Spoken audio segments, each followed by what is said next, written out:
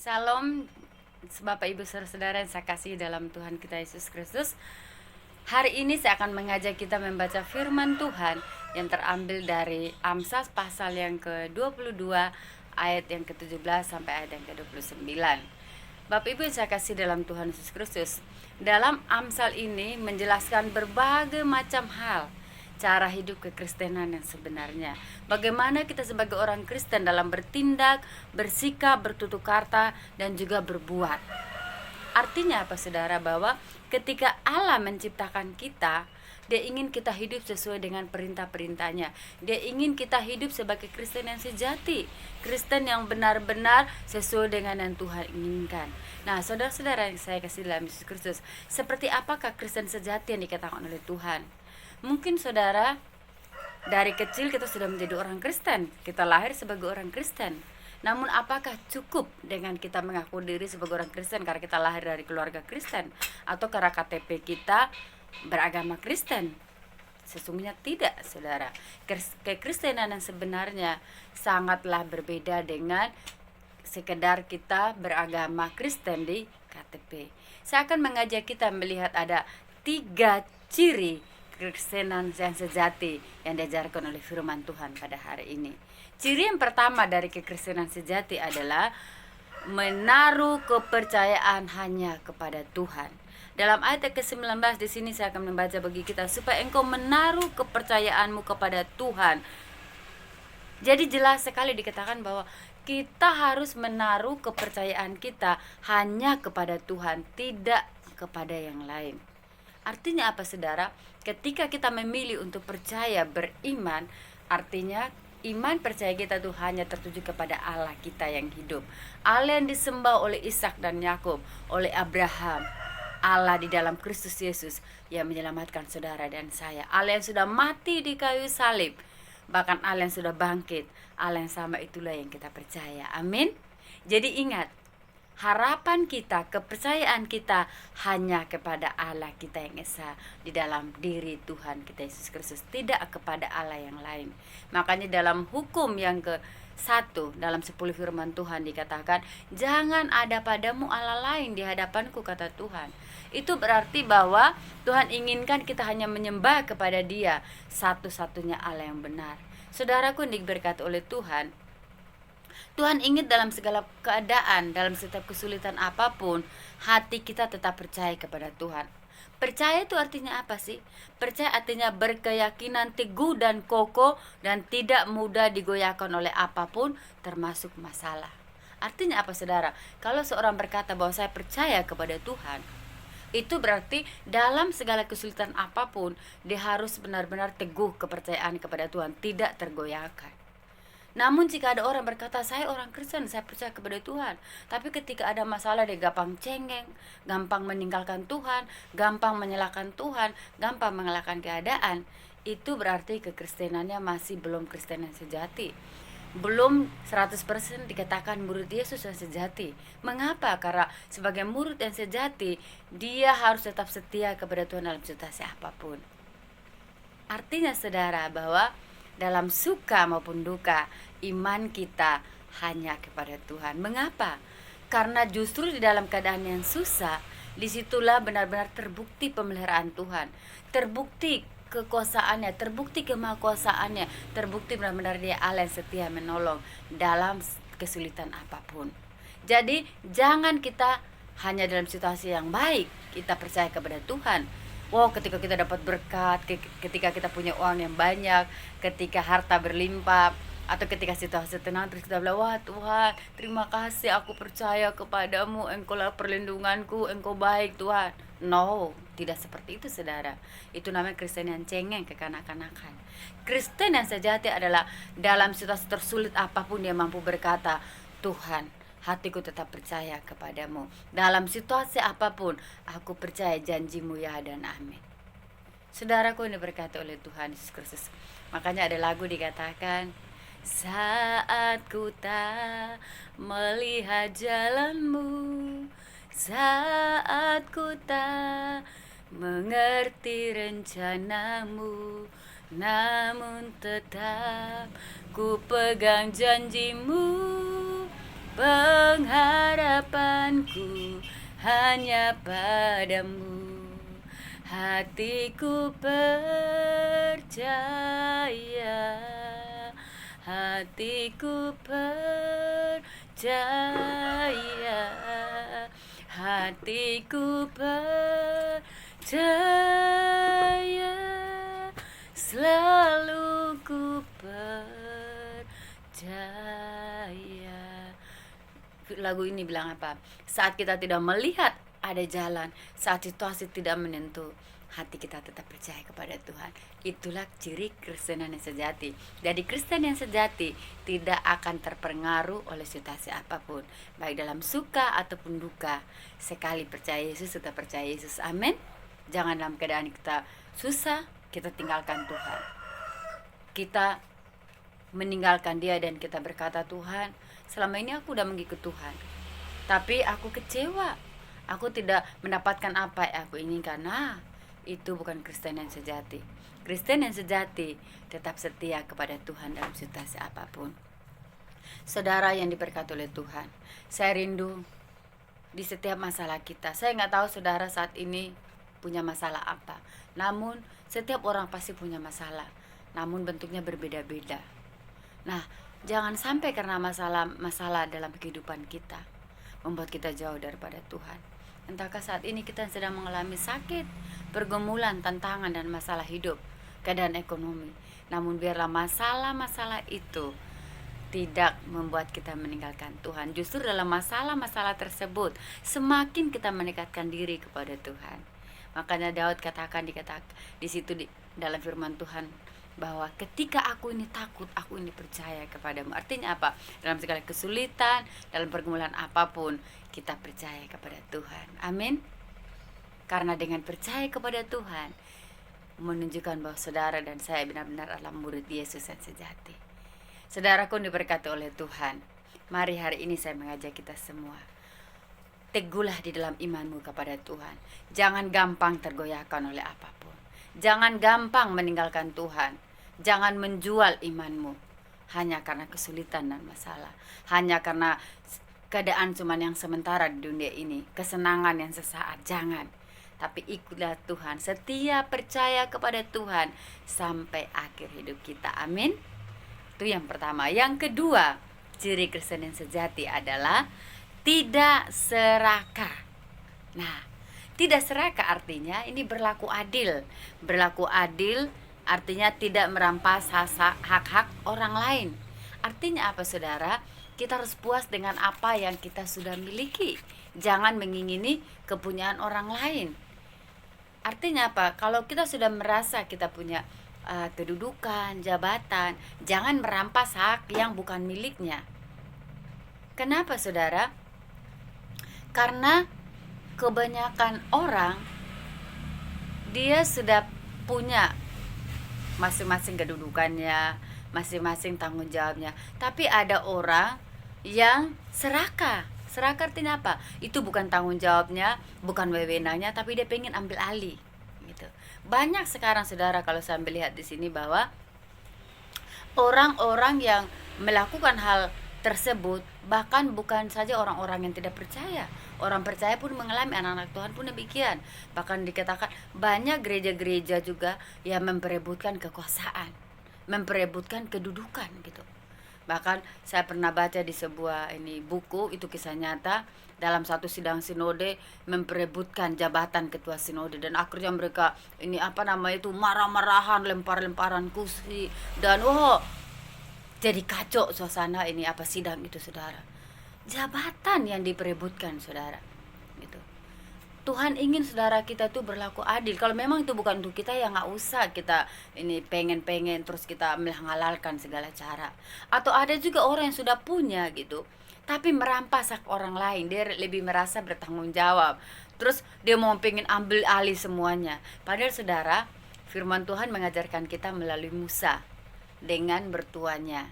Musa dengan bertuanya, di situ dikatakan Musa itu udah punya jabatan sebenarnya, menjadi pemimpin Israel. Dia berkuasa atas semuanya. Dia mengadili umat Israel dari pagi sampai petang, saudara, gitu. Sampai dia kelelahan, dia capek, dia mengadili perkara bangsa itu. Sampai kapan gitu? Akhirnya Musa hambanya, mertua daripada Musa memperingatkan Musa, kalau engkau begini terus engkau akan capek. Cari pemimpin 10.000, pemimpin 1.000, pemimpin 500, terus ya sampai pemimpin yang ke-12. Artinya apa? Di setiap kelompok-kelompok harus ada pemimpinnya. Jangan semuanya dirambang oleh Musa gitu. Akhirnya apa yang terjadi? Musa capek dan tidak efektif gitu. Dia juga menjadi lelah. Nah, itu dipraktekkan akhirnya oleh Musa gitu. Dia membentuk kelompok 10 orang, 12 orang, 50 orang, 20 orang, seterusnya sampai kelompok 1.000. Dan bagi yang tidak masalahnya tidak bisa diselesaikan oleh mereka, baru mereka datang kepada Musa. Nah, saudara, cenderung kita melihat dalam dunia kita akhir-akhir ini banyak orang yang gila jabatan, serakah. Dia punya jabatan tapi pengen ambil punya orang gitu. Dia merasa berkuasa atas semuanya. Akhirnya dia rampas punya orang. Contohnya kita lihat aja dalam hal yang kecil gitu. Teman saya pernah bercerita di suatu lembaga gitu, dia pemimpin yang tertinggi di situ gitu. Sebenarnya kan ada pemimpin divisi masing-masing gitu, bagian ini, bagian A, B, C, dan di masing-masing bidang. Tapi pemimpin tertinggi ini serakah orangnya gitu. Dia pengen ambil alih semuanya gitu. Dia ngatur sana, ngatur sini sesukanya dia gitu. Dia nggak tahu porsinya seperti apa, walaupun memang dia pemimpin tertinggi, tapi dia juga harus melihat ada pemimpin divisi masing-masing gitu yang sudah ditugaskan. Jadi harusnya dia juga menghargai pemimpin divisi ini. Dia harus bertanya dulu apa yang kurang gitu. Nanti kalau mereka tidak bisa baru dia turun tangan. Tapi nggak, saudara, diambil alih aja semuanya gitu. Nah, pemimpin divisi ini fungsinya apa? Nggak ada fungsi, diambil alih oleh dia gitu. Kasihan. Banyak kita melihat hal demikian. Bahkan di lingkungan gereja pun demikian, lingkungan orang percaya pun demikian. Dia merasa otoritas tertinggi, dia ngambil alih semuanya itu, mentah-mentah dia pemimpin tertinggi gitu, ketua sinode gitu. Dia ngambil semua ini bagian ambil alih di dalam kepemimpinan gereja. Nggak ada bagiannya masing-masing. Ada sebagai gembala, ada pemimpin lokal, ada pemimpin daerah gitu. Masing-masing dan bagiannya gitu. Namun cenderung orang dia merasa bahwa dia itu sebagai pemimpin gitu. Dia serahkan, dia ngambil alih semuanya, dan akhirnya apa? Nggak efektif, saudara. Pemimpin yang efektif gitu, itu dia harus melibatkan orang lain sebagai pemimpin-pemimpin dalam kelompok terkecil sehingga menjadi sebuah kelompok yang besar gitu.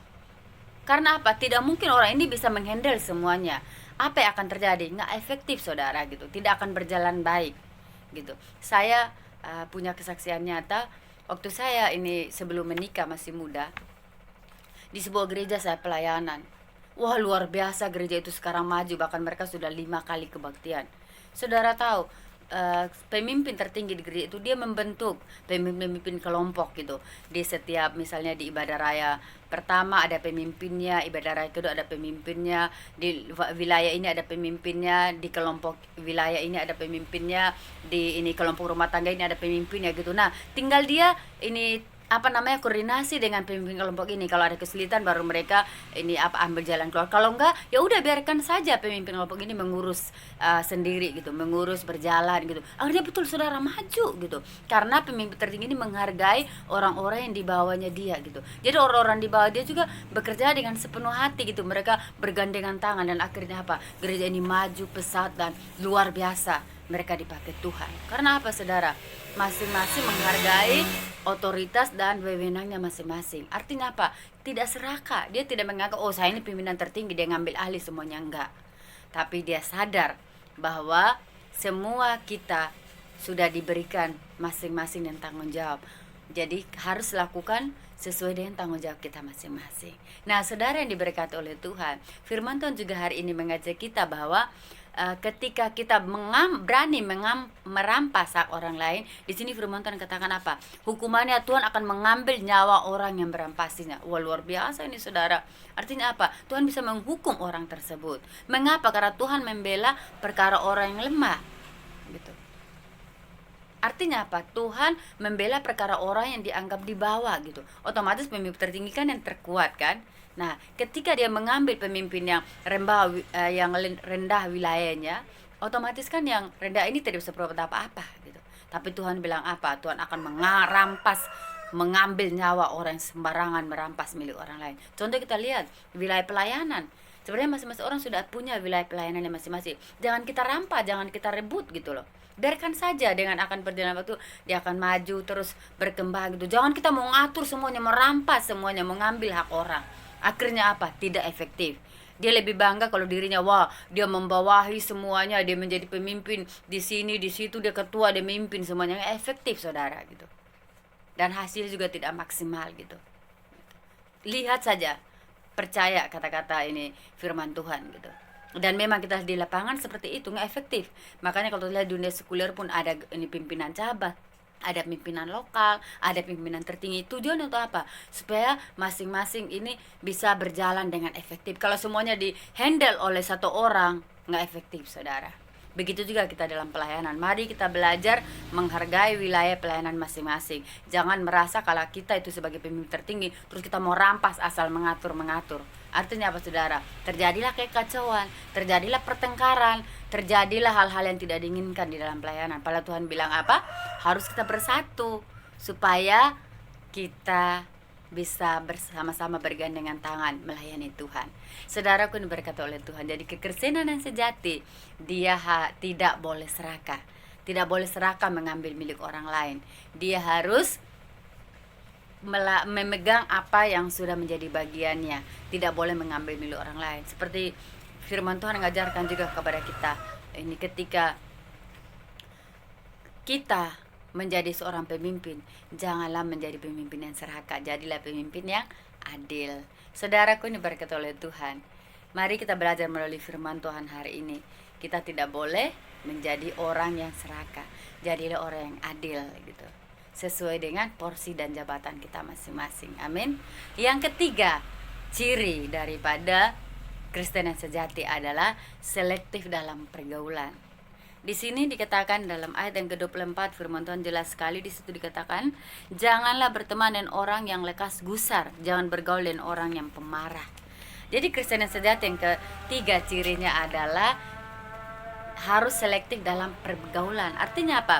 Kita harus milih teman yang kita untuk kita bergaul. Artinya tidak terpengaruh dengan pergaulan, sebab dapat menjadi jerat bagi dirinya sendiri. Artinya apa? Kalau kita salah bergaul, pergaulan itu bisa merusak kita.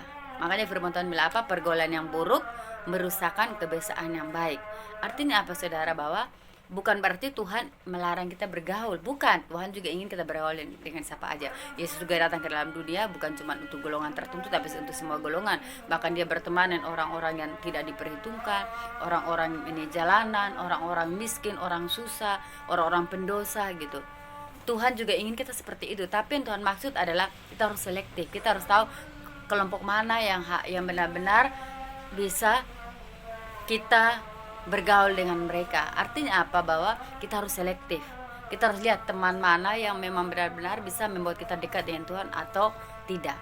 Saudaraku ini berkata oleh Tuhan. Jadi melalui firman Tuhan hari ini, atau Tuhan ingin kita benar-benar selektif dalam pergaulan. Contoh, ada orang yang misalnya dia melayani kaum waria atau orang-orang yang hidup free sex dan lain sebagainya. Bukan berarti kita harus hidup seperti mereka juga gitu, saudara.